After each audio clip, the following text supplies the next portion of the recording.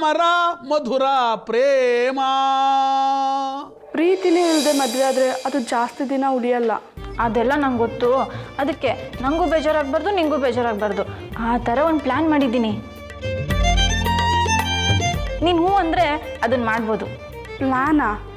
ಏನದು? ಅಮರ್ ಮಾಮನ್ನ ನೀನು ಮದುವೆ ಮಾಡ್ಕೊ, ನಾನು ಮದುವೆ ಮಾಡ್ಕೋತೀನಿ. ಮಾಮಂಗೆ ಯಾವಾಗ ಯಾರ ಜೊತೆ ಇರಬೇಕು ಅನ್ಸುತ್ತೋ ಅವ್ರ ಜೊತೆ ಇರಲಿ.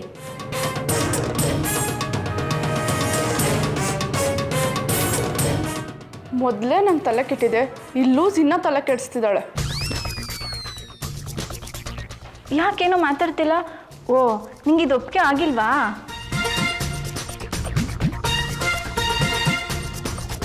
ಸರಿ, ಒಂದು ಕೆಲಸ ಮಾಡೋಣ. ಟಾಸ್ ಹಾಕಿ ನೋಡೋಣ, ಯಾರು ಗೆಲ್ತಾರೋ ಮಾಮ ಅವ್ರನ್ನ ಮೊದಲು ಮದುವೆ ಆಗಲಿ. ಈಗ ಟಾಸ್ ಹಾಕ್ತೀನಿ. ಹೆಡ್ಸ್ ಬಿದ್ದರೆ ಮೊದಲು ನೀನು ಮದುವೆ ಆಗಬೇಕು, ಟೇಲ್ಸ್ ಬಿದ್ದರೆ ಮೊದಲು ನಾನು ಮದುವೆ ಆಗಬೇಕು. ಸರಿನಾ? ಈಗೆಲ್ಲ ಲೂಸ್ ಥರ ಆಡ್ತಿದ್ರೆ ಅಮ್ಮರಲ್ಲ ಯಾವ ಹುಡುಗನೂ ನಿನ್ನ ಮದುವೆ ಮಾಡ್ಕೊಳ್ಳಲ್ಲ. ನೀನು ಸುಮ್ಮನೆ ಇದೆಯಾ? ಮೌನಂ ಸಮ್ಮತಿ ಲಕ್ಷಣಂ ಅಂದರೆ ನಿಂಗೆ ಇದಕ್ಕೆ ಒಪ್ಪಿಗೆ ಇದೆ ಅಂತ ಆಯಿತು. ಸರಿ, ಟಾಸ್ ಹಾಕ್ತೀನಿ.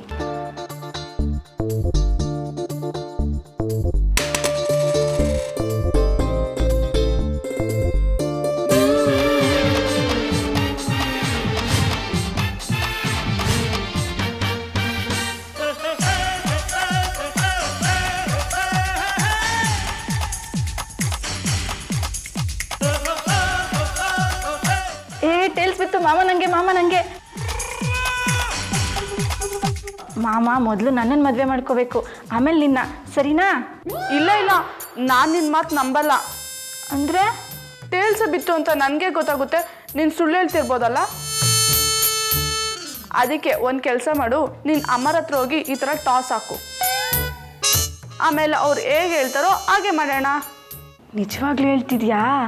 ಅಯ್ಯೋ, ಇಂಥ ವಿಷಯದಲ್ಲಿ ಯಾರು ಸುಳ್ಳು ಹೇಳ್ತಾರಾ? ನಿಜವಾಗ್ಲೂ ಹೇಳ್ತಿದ್ದೀನಿ. ಈಗಲೇ ಹೋಗಿ ನಾನು ಹೇಳ್ದಂಗೆ ಮಾಡು. ಬಾಯ್.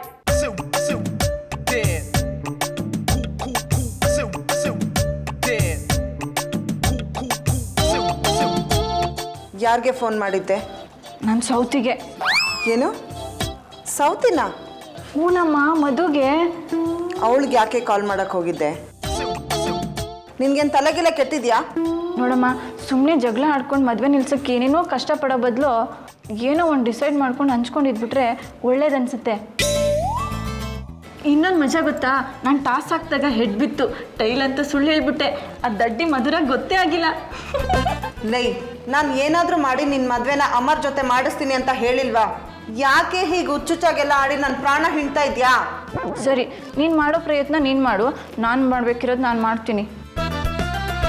ಈಗ ಮಧು ಹೇಳ್ದಂಗೆ ಅಮರ್ ಮಾಮನ ಹತ್ರ ಹೋಗಿ ಟಾಸ್ ಹಾಕ್ಬಿಟ್ಟು ಬರ್ತೀನಿ. ನಿನ್ನ ತಲೆ, ನಿನ್ನ ಐಡಿಯಾ ಕೇಳ್ತಾ ಇದ್ದ ಹಾಗೆ ಅಮರ್ ನಿನ್ನ ಒದ್ದು ಓಡಿಸ್ತಾನೆ. ಏನೂ ಬೇಕಾಗಿಲ್ಲ, ಸುಮ್ಮನೆ ಮನೇಲಿ ಬಿದ್ದಿರು.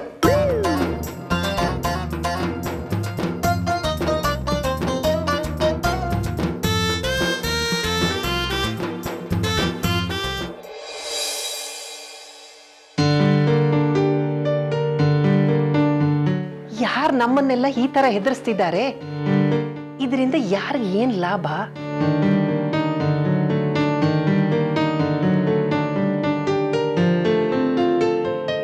ನಿಮ್ ಮೇಡಮ್ಮು ತಯಾರಾಗದೆಲ್ಲ ಹೋದ್ಲಲ್ಲ, ಎಲ್ಗಂತ ಹೇಳಿದ್ಲಾ? ಮದುವೆಗೆ ಎಲ್ರಿಗೂ ಬಟ್ಟೆ ತಗೋಬೇಕು ಅಂತ ಚಿಕ್ಕಪೇಟೆಗೆ ಹೋಗಿದ್ದಾರೆ. ಓಹ್, ಚಿಕ್ಕಪೇಟೆಗೆ ಹೋದ್ಲಾ? ಸರಿ ಬಿಡು, ಬರೋಕ್ ಹೇಗೂ 3-4 ಗಂಟೆ ಆಗತ್ತಿನ್ನು. ಏನೋ ಕರೆದಿದ್ದು? ಏನು ವಿಷಯ? ಏಯ್, ನಿಮ್ಮಮ್ಮ ಮದುವೆಗೆ ಹೊಸ ಬಟ್ಟೆ ತಗೊಳಕಂತ ಚಿಕ್ಕಪೇಟೆಗೆ ಹೋಗಿದ್ದಾಳ ಕಣೋ. ಹೌದಾ? ಅದನ್ನ ಹೇಳಕ್ ಇಲ್ಲಿವರೆಗೂ ಕರೆದ? ಫೋನ್ ಮಾಡೇ ಹೇಳ್ಬೋದಿತ್ತಲ್ಲ. ನಡಿ ಮಾಮ ಹೋಣ. ಏಯ್, ಇರೋ, ಕೂತ್ಕೊಳ ಇಲ್ಲಿ. ನಿಮ್ಮಿಬ್ಬರ ಹತ್ರನೂ ಒಂದು ವಿಷಯ ಮಾತಾಡಬೇಕಾಗಿತ್ತು. ಮಹೇಶ್ವರ್ ಇಲ್ದಿದ್ದಾಗಲೇ ಮಾತಾಡೋಣ ಅಂತ ಕರೆಸಿದ್ದು. ಹೌದಾ? ಸರಿ ಸರಿ, ಹೇಳು. ನಮ್ಮ ಎಲ್ರಿಗೂ ಒಂದೇ ಟೈಮಲ್ಲಿ ಕಾಲ್ ಬಂದಿದೆ, ಅದು ಬೇರೆ ಬೇರೆ ಜಾಗದಿಂದ. ಇದನ್ನು ನೋಡಿದ್ರೆ ಇದು ಯಾರೋ ಒಬ್ಬ ವ್ಯಕ್ತಿ ಕೆಲಸ ಅಲ್ಲ, ಅವನ ಹಿಂದೆ ಒಂದು ಇಡೀ ಟೀಮೇ ಇದೆ ಅಂತ ಹಾಗಾಯ್ತು. ಹೌದು, ಇದನ್ನೆಲ್ಲ ನೋಡ್ತಾ ಇದ್ರೆ ಯಾವುದೋ ಇಂಟರ್ನ್ಯಾಷನಲ್ ಕ್ರಿಮಿನಲ್ ಗ್ಯಾಂಗ್ ಇರಬೇಕು. ಮಾಮ, ಸೀರಿಯಸ್ ಆಗಿ ಮಾತಾಡ್ಬೇಕಾದ್ರೆ ಕಾಮಿಡಿ ಮಾಡಬೇಡ. ಕಾಮಿಡಿ ಅಲ್ಲ ಕಣ, ಇದು ಸೀರಿಯಸ್ ಆಗಿ ಹೇಳಿದ್ ನಾನು. ಅಲ್ಲ ಅಜ್ಜಿ, ಇವಾಗ ವ್ಯಕ್ತಿ ಯಾವುದೇ ರೀತಿ ಡಿಮ್ಯಾಂಡ್ ಇಟ್ಟಿಲ್ಲ, ಸುಮ್ಮನೆ ಮದುವೆ ನಡೆಯುತ್ತಾ ಅಂತ ಹೆದರ್ಸ್ತಿದ್ದಾನೆ ಅಷ್ಟೇ. ಅದು ಅಮ್ಮನ ಹಾರ್ಟ್ ಅಟ್ಯಾಕ್ ಆಗಿರೋ ಕಾರಣ ಇಟ್ಕೊಂಡು. ಹಾಗೆ ನೋಡಿದ್ರೆ ಈ ತರ ಮದುವೆ ನಿಲ್ಲಿಸ್ಬೇಕು ಅಂತಿರೋದು ಸಾವಿತ್ರಿ ಅತ್ತೆ ಒಬ್ರೆ. ಆದ್ರೆ ಅಮ್ಮನಿಗೆ ಹಾರ್ಟ್ ಅಟ್ಯಾಕ್ ಆಗಿರೋ ವಿಷಯ ಅವ್ರಿಗೆ ಗೊತ್ತೇ ಇಲ್ವಲ್ಲ. ಹಾಗಿದ್ಮೇಲೆ ನಮ್ಮ ಮನೆ ವಿಷಯ ಎಲ್ಲ ಗೊತ್ತಿರೋರು ಯಾರೋ ಆಡ್ತಿರೋ ಗೇಮ್ ಇದು. ಮಹೇಶ್ವರಿಗೆ ಹಾರ್ಟ್ ಅಟ್ಯಾಕ್ ಆಗಿರೋ ವಿಷಯ ನಮ್ಮ 4 ಜನರಿಗೆ ಬಿಟ್ಟರೆ ಆ ಡಾಕ್ಟ್ರಿಗೆ ಮಾತ್ರ ಗೊತ್ತಿರೋದು. ಅವನೇನಾದರೂ ಹಾಗೆ ಮಾಡ್ತಿದ್ದಾನಾ? ಚೇಚೆ ಹಾಗೇನಿಲ್ಲ, ಅವ್ರು ತುಂಬಾ ಒಳ್ಳೆಯವರು. ಅದು ಅಲ್ಲದೆ ಈ ಥರ ಮದುವೆ ನಿಲ್ಸೋದ್ರಿಂದ ಅವ್ರಿಗೆ ಲಾಭನೂ ಇಲ್ಲ ನಷ್ಟನೂ ಇಲ್ಲ. ಹಾಗಿದ್ಮೇಲೆ ಅವ್ರು ಯಾಕೆ ಮದುವೆ ನಿಲ್ಲಿಸ್ತಾರೆ? ಅದು ಸರಿನೇ, ಅವ್ರಿಗೂ ಏನೂ ಕಾರಣ ಇಲ್ಲ. ಆದರೆ ಈ ಮದುವೆ ನಿಲ್ಲಿಸೋದ್ರಿಂದ ಯಾರಿಗೆ ಲಾಭ? ಯಾರು ಹೀಗೆಲ್ಲ ಮಾಡ್ತಿದ್ದಾರೆ?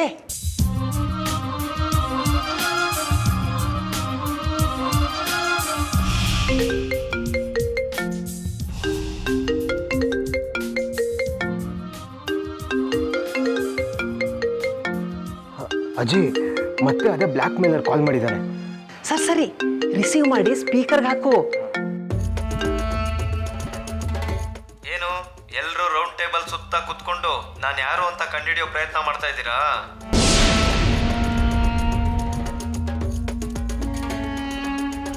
ಇದೆಲ್ಲ ಯಾರು ಮಾಡ್ತಾ ಇರೋದು, ಯಾವ ಕಾರಣಕ್ಕೆ ಅಂತ ತಿಳ್ಕೊಳಕ್ಕೆ ನೋಡ್ತಾ ಇದ್ದೀರಾ?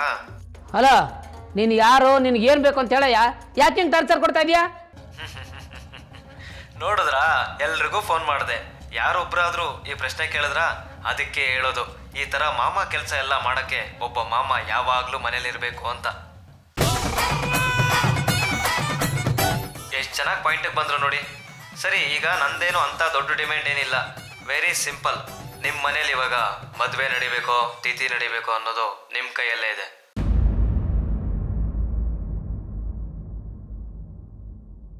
ಛೀ ಬಿಡ್ತು ಅನ್ನೋ. ಶುಕ್ರವಾರ ದಿನ ಹೀಗೆಲ್ಲ ಕೆಟ್ಟ ಮಾತಾಡಬೇಡ. ಸರಿ, ಆಡಲ್ಲ, ಆದರೆ ಈ ಮದುವೆ ನಡಿಬೇಕು ತಾನೆ? ಇನ್ನೇನು ಮತ್ತೆ, ಅದಕ್ಕೆ ತಾನೇ ಮದುವೆ ಇಟ್ಕೊಂಡಿರೋದು. ಹಾಗಾದ್ರೆ ನಾನು ಬಾಯಿ ಮುಚ್ಕೊಂಡಿರ್ಬೇಕು ಅಂತಂದ್ರೆ ನನಗೆ 10 ಲಕ್ಷ ಕೊಡಬೇಕು. ಏಯ್, ನೀನ್ ಯಾರು ಅಂತಾನೆ ಗೊತ್ತಿಲ್ಲ, ನಿನ್ಗೆ ಯಾಕೋ 10 ಲಕ್ಷ ಕೊಡ್ಬೇಕು? ನೀನ್ ಯಾರು ಅಂತ ಹೇಳು ಮೊದಲು. ಹೇಯ್, ನೀನ್ ಹೀರೋ ಅಂತ ಪಂಚ್ ಡೈಲಾಗೆಲ್ಲ ಹೊಡೆದು ಎದುರಿಸಕ್ ನೋಡ್ಬೇಡಮ್ಮ.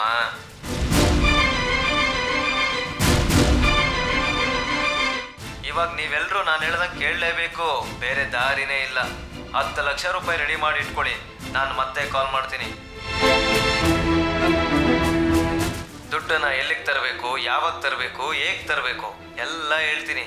ತುಂಬಾ ಬುದ್ಧಿ ಉಪಯೋಗಿಸಿ ಪೊಲೀಸ್ ಗಿಲೀಸ್ ಅಂತ ಹೋದ್ರೆ ಅಷ್ಟೇ, ಗೊತ್ತಾಯ್ತಾ? ಹಣ ಕೊಡ್ತೀರಾ ಇಲ್ಲ ಹೆಣ ನೋಡ್ತೀರಾ? ಯೋಚನೆ ಮಾಡಿ. ಬಾಯ್. ಏಯ್,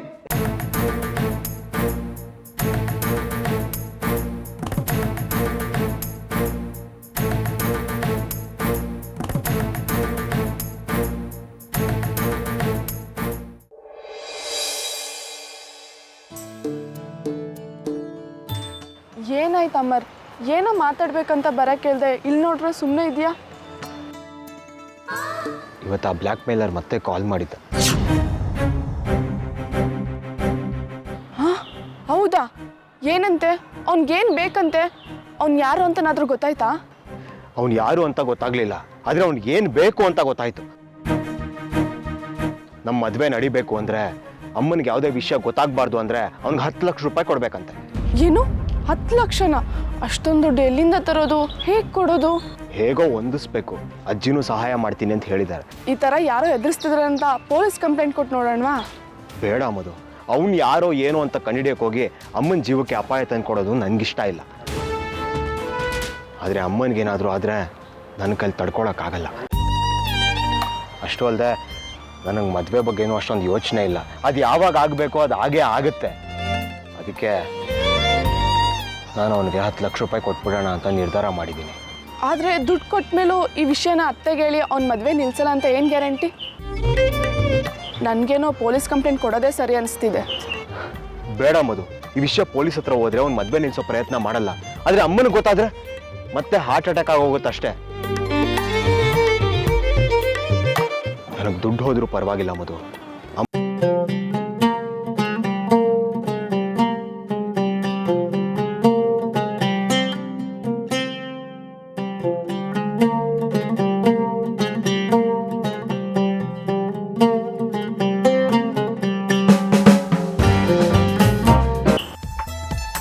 ನೀವೇನು ಯೋಚನೆ ಮಾಡಬೇಡಿ.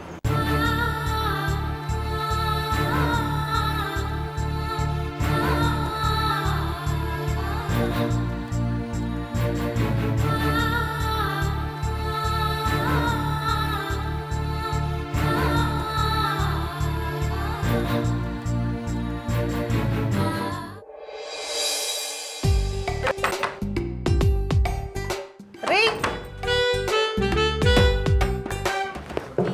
ಓ ಏನೇ ನಿನ್ ಗೋಳು, ಒಂದ್ ಕೆಲ್ಸನು ನೆಮ್ಮದಿಯಾಗಿ ಮಾಡಕ್ ಬಿಡಲ್ಲ. ಬರೋದು ಬಾಗಿಲು ತೊಡಿಯೋದು ಇಷ್ಟೇ ಆಗೋಯ್ತು ನಿನ್ ಕೆಲಸ. ರೀ ಮೊದಲು ನಾನು ಹೇಳೋದನ್ನ ಕೇಳಿಸ್ಕೊಳ್ರಿ. ನೀನ್ ತಾನೇ ಏನ್ ಹೇಳ್ತೀಯಾ? ನಿಮ್ಮ ಅಮ್ಮನ ಮನೇಲಿ ಏನೋ ಪ್ರಾಬ್ಲಮ್ ಆಗಿರುತ್ತೆ, ಅದನ್ನ ನೋಡಿ ಖುಷಿಯಾಗಿರುತ್ತೆ. ಆ ಖುಷಿನ ಹಂಚ್ಕೊಳಕ್ ತಾನೆ ನನ್ನ ಹತ್ರ ಬಂದು ಬಾಗಿಲು ಬಡಿಯೋದು ನೀನು. ಸುಮ್ಮನೆ ತರಲೆ ಮಾಡಬೇಡಿ. ಮೊದಲೇ ನಾನು ಟೆನ್ಷನಲ್ಲಿದ್ದೀನಿ, ಅದ್ರಲ್ಲಿ ನೀವು ಬೇರೆ. ಟೆನ್ಷನ್ ಅಂತ ಯಾಕೆ ಅವಳು ಹೈ ಟೆನ್ಷನ್ ವೇರ್ ಥರ ಆಡ್ತಾ ಇದೆಯಾ? ಅಂಥದ್ದು ಏನಾಯ್ತು? ನಮ್ಮಮ್ಮ ಮನೇಲಿ ಏನೋ ನಡೀತಿದೆ, ಅದು ಏನು ಅಂತ ಗೊತ್ತಾಗ್ತಾ ಇಲ್ಲ, ಅದಕ್ಕೆ ಟೆನ್ಷನ್. ಅರೆ ನಮ್ಮ ಎಡಗಡೆ ಮನೇಲಿ ಏನೋ ನಡೀತಾ ಇದೆ, ಅದೇನೋ ಅಂತ ಗೊತ್ತಿಲ್ಲ, ಅದ್ರ ಬಗ್ಗೆ ಯಾಕೆ ಟೆನ್ಷನ್ ಇಲ್ಲ. ನಮ್ಮ ಬಲಗಡೆ ಮನೇಲಿ ಏನೋ ನಡೀತಾ ಇದೆ, ಅದೇನೋ ಅಂತ ಗೊತ್ತಿಲ್ಲ, ಅದ್ರ ಬಗ್ಗೆ ಯಾಕೆ ಟೆನ್ಷನ್ ಇಲ್ಲ. ಅದೆಲ್ಲ ಹಾಳಾಗೋಗ್ಲಿ, ನಮ್ಮ ಮನೇಲಿ ಏನ್ ನಡೀತಾ ಇದೆ ಅನ್ನೋದ್ರ ಬಗ್ಗೆ ನಿಂಗೆ ಟೆನ್ಷನ್ ಇಲ್ಲ. ಅಂಥದ್ರಲ್ಲಿ ನಿಮ್ಮ ಅಮ್ಮನ ಮನೇಲಿ ಏನ್ ನಡೀತಾ ಇದೆ ಅನ್ನೋದ್ರ ಬಗ್ಗೆ ಟೆನ್ಷನ್ ಯಾಕೆ? ಯಾಕಂದ್ರೆ ಆ ಮನೇಲಿ ನಮ್ಮ ಮಗಳನ್ನ ಮದ್ವೆ ಆಗೋ ಹುಡುಗ ಇದ್ದಾನೆ. ಮತ್ತೆ ಆ ಹುಡುಗನ್ಗೆ ನನ್ನ ನಿಮ್ಮ ಮೋಸದಿಂದ ಬೇರೆ ಹುಡುಗಿನ ತಂದು ಕಟ್ಟೋಕ್ ನೋಡ್ತಿದ್ದಾಳೆ, ಅದಕ್ಕೆ ನನಗೆ ಟೆನ್ಷನ್.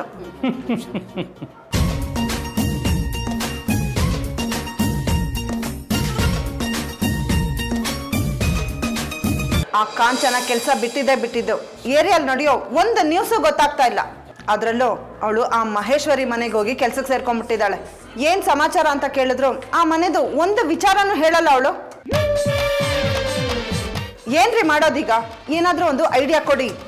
ಅಯ್ಯೋ ಹೋಗ್ಲಿ ಬಿಡೆ, ಅಲ್ಲಿ ಏನ್ ನಡೆದ್ರೆ ನಮ್ಗೇನು? ರೀ ಏನ್ರಿ ಹಿಂಗ್ ಮಾತಾಡ್ತೀರಾ? ಅಲ್ಲಿ ಏನ್ ನಡೀತಾ ಇದೆ ಅಂತ ಗೊತ್ತಾದ್ರೆ ತಾನೆ ನಾವಿಲ್ಲಿ ಮದ್ವೆ ನಿಲ್ಸಕ್ಕಾಗೋದು. ಏನಾದ್ರೂ ಒಂದು ಐಡಿಯಾ ಕೊಡ್ರಿ.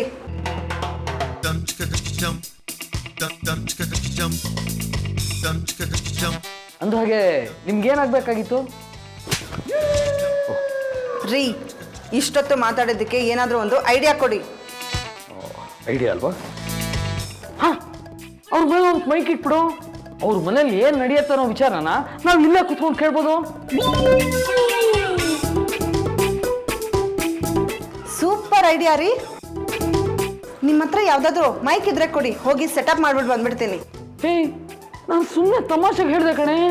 ನೀವು ತಮಾಷೆಗೆ ಹೇಳಿದ್ರು ನಿಜವಾಗ್ಲೂ ಹೇಳಿದ್ರು, ಆದ್ರೆ ಐಡಿಯಾ ಮಾತ್ರ ಸೂಪರ್ ಆಗಿದೆ. ಅವ್ರ ಮನೇಲಿ ಒಂದು ಮೈಕ್ ಇಡ್ತೀನಿ, ಅಲ್ಲಿ ಏನೇನು ಮಾತಾಡ್ತಾರೋ ಅದನ್ನೆಲ್ಲ ಇಲ್ಲಿಂದಾನೇ ಕೇಳಿಸ್ಕೋತೀನಿ. ಏನಂತೀರಾ? ಜೈಲ್ಗೆ ಹೋಗ್ತೀಯಾ ಅಂತೀನಿ. ಏನೋ? ಹ್ಞೂ ಕಣೆ, ಬೇರೆಯವ್ರ ಪರ್ಸನಲ್ ವಿಚಾರಗಳನ್ನ ಕದ್ದು ಕೇಳೋದು ಕಾನೂನಿನ ಪ್ರಕಾರ ಅಫೆನ್ಸ್, ಗೊತ್ತಾ? ಹಾಗೇನಾದ್ರೂ ಸಿಕ್ಕಾಕೊಂಡ್ರೆ 5 ವರ್ಷ ಜೈಲ್ ಶಿಕ್ಷೆ, 1 ಲಕ್ಷ ರೂಪಾಯಿ ಜುರ್ಮಾನೆ. ಹಾಗೆಲ್ಲ ಮಾಡಬಾರ್ದು.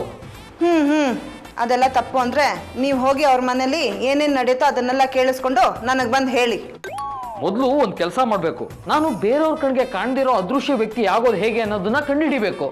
ಯಾಕೆ? ಇನ್ನೇನು ಮತ್ತೆ, ನಾನು ಅವ್ರ ಕಣ್ಣು ಮುಂದೆ ಹೋಗಿ ನಿಂತ್ಕೊಂಡ್ರೆ ಅವ್ರು ಏನಾದರೂ ಮಾತಾಡ್ತಾರೇನೆ ದಡ್ಡಿ. ಗೊತ್ತು ತಾನೆ, ಅದಕ್ಕೆ ಮೈಕ್ ಐಡಿಯಾ ಚೆನ್ನಾಗಿದೆ, ಅದನ್ನೇ ಮಾಡೋಣ ಅಂತ ಹೇಳಿದ್ದು. ಈಗಲೇ ಆನ್ಲೈನಲ್ಲಿ ಸೀಕ್ರೆಟ್ ಸ್ಪೈ ಮೈಕ್ ಅಂತ ಸರ್ಚ್ ಮಾಡಿ, ಒಳ್ಳೆ ಕ್ವಾಲಿಟಿ ಇರೋ ಮೈಕ್ ಆರ್ಡರ್ ಮಾಡಿ. ಅದು ಬರ್ತಿದ್ದಂಗೆ ಅಲ್ಲಿ ಹೋಗಿ ಎಲ್ಲ ಸೆಟ್ ಮಾಡಿ ಇಲ್ಲೇ ಕುತ್ಕೊಂಡು ಎಲ್ಲ ಕೇಳಿಸ್ಕೊಳ್ಳೋಣ. ಓ ಮೈ ಸೈನ್ಸ್, ನಿನ್ನನ್ನು ಬದಲಾಯಿಸೋಕ್ಕೆ ಸಾಧ್ಯನೇ ಇಲ್ಲ ಕಣೆ. ಬದಲಾಯಿಸೋದಕ್ಕೆ ನಾನೇನು ನೀವು ಹಾಕೊಂಡಿರೋ ಬಟ್ಟೆನಾ? ಈಗ ನೀವೇ ಆರ್ಡರ್ ಮಾಡ್ತೀರಾ ಇಲ್ಲ ನಾನೇ ಮಾಡ್ಲಾ? ಮೊದಲೇ ನಮ್ಮ ಮಗಳು ಆ ಅಮರ್ ಯೋಚನೆಯಲ್ಲಿ ಲೂಸ್ ಆಗೋಗಿದ್ದಾಳೆ. ಅವನು ಸಿಕ್ತಿಲ್ಲ ಅಂತ ಈಗ ಇನ್ನೂ ಲೂಸ್ ಆಗ್ತಾ ಇದ್ದಾಳೆ. ಆ ಮಧು ಕಾಲ್ ಮಾಡಿ ನಾವಿಬ್ರು ಅಮರ್ನ ಶೇರ್ ಮಾಡ್ಕೊಳ್ಳೋಣ ಅಂತ ಟಾಸ್ ಹಾಕಿ ನೋಡ್ತಾ ಇದ್ದಾಳೆ. Very good idea. ಈ ಐಡಿಯಾ ನನ್ನ ತಲೆಗೆ ಹೊಳಿಲ್ವಲ್ಲೇ. ನೋಡು, ಹೇಗಿದ್ರು ಅವ್ರು ಮದುವೆ ಮಾಡೋದಕ್ಕೆ ಕಲ್ಯಾಣ ಮಂಟಪ ಬುಕ್ ಮಾಡ್ತಾ ಇದ್ದಾರೆ. ಅದೇ ಮಂಟಪದಲ್ಲಿ ಪಕ್ಕದಲ್ಲಿ ಒಂದು ಹಸೆ ಮನೆ ಹಾಕ್ಸಿ ಅಮರ್ ಕೈಲೇ ನಮ್ಮ ಮಗಳಿಗೂ ಒಂದು ತಾಳಿ ಕಟ್ಟಿಸ್ಬಿಡೋಣ, ಏನಂತೀಯ?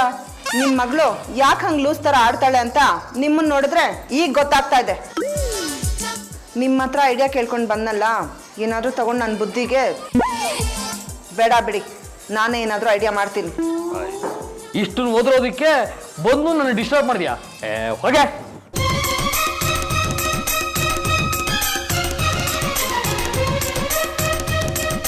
ಈಗೇನು ಮಾಡೋದು?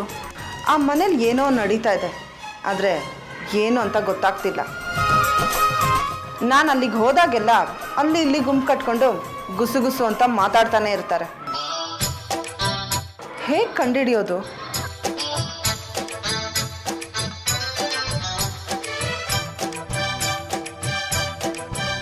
ಇರಲಿ, ಏನಾದರೂ ಒಂದು ಯೋಚನೆ ಮಾಡ್ತೀನಿ.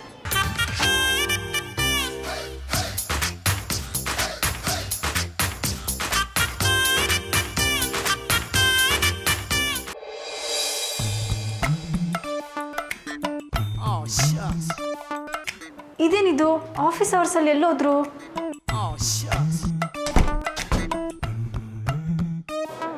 ಓ, ಇಲ್ಲೇ ಎಲ್ಲೋ ಇರಬೇಕು. ಮಾಮ ಬಾತ್ರೂಮಲ್ಲಿ ಇದೆಯಾ? Hello, May come in? ನಿಜವಾಗ್ಲೂ ಬಂದ್ಬಿಡ್ತೀನಿ. ಅಯ್ಯೋ, ವೆಯ್ಟ್ ಅನ್ನಕ್ಕೆ ಹೋಗಿ ಕಮ್ಮಿ ಅಂದ್ಬಿಟ್ಟೆ, ನಾನೇ ಬಂದ್ಬಿಡ್ತೀನಿ, ಅಲ್ಲೇ ಕೂತೀರಿ. ಸರಿ ಸರಿ, ಬೇಗ ಬನ್ನಿ.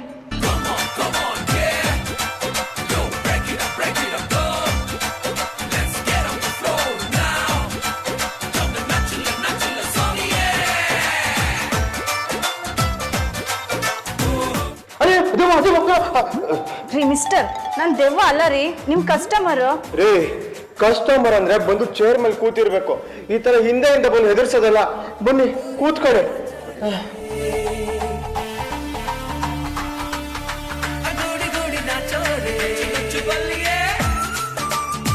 ಈಗ ಹೇಳಿ, ಏನ್ ಸಮಸ್ಯೆ? ನಾನೇನ್ ಮಾಡ್ಬೇಕು?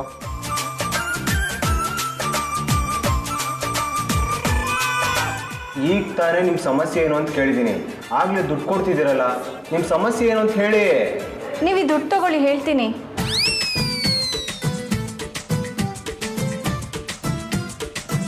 ನೀವು ಒಂದು ಮದುವೆ ನಿಲ್ಲಿಸ್ಬೇಕು. ಹಾ, ತಗೊಳ್ಳಿ ನಿಮ್ಮ ದುಡ್ಡು. ನಾವೇನಿದ್ರು ಒಳ್ಳೆ ಕೆಲ್ಸಕ್ಕೆ ದುಡ್ಡು ತಗೊಳ್ಳೋದು, ಕೆಟ್ಟ ಕೆಲ್ಸಗಳಿಗಲ್ಲ. ಓ, ಅಂದ್ರೆ ಕೆಟ್ಟ ಕೆಲಸನ ಫ್ರೀಯಾಗೆ ಮಾಡ್ಕೊಡ್ತೀರಾ? ರೀ, ಕೆಟ್ಟ ಕೆಲ್ಸನ ಮಾಡೋದೇ ಇಲ್ಲ ಅಂತಿದ್ದೀನಿ. ಸುಮ್ಮನೆ ರೇಗ್ಸಕ್ಕೆ ಕೇಳಿದೆ, ಆದರೆ ನೀವು ಸಹಾಯ ಮಾಡಲ್ಲ ಅನ್ನೋಕ್ಕೆ ಮುಂಚೆ ಈ ಅಸಹಾಯಕ ಹೆಣ್ಣಿನ ಕಣ್ಣೀರಿನ ಕತೆ ಒಂಚೂರು ಕೇಳಿ ಪ್ಲೀಸ್. ಆಮೇಲೆ ನೀವು ಏನೇ ನಿರ್ಧಾರ ಮಾಡಿದ್ರು ನಂಗೆ ಓಕೆ. ಪ್ಲೀಸ್ ಒಂದ್ಸರಿ ನನ್ನ ಕತೆ ಕೇಳಿ. ಸರಿ, ಹೇಳಿ. 19 ವರ್ಷದಿಂದ ನಾನು ಒಂದು ಹುಡುಗನ ಪ್ರೀತಿಸ್ತಿದ್ದೆ. ರೀ, ಯಾರ ಹತ್ರ ಡೌಗಳು ಬಿಡ್ತಿದ್ದೀರಾ? ನಿಮಗೆ 18, 19 ಆಗಿರೋ.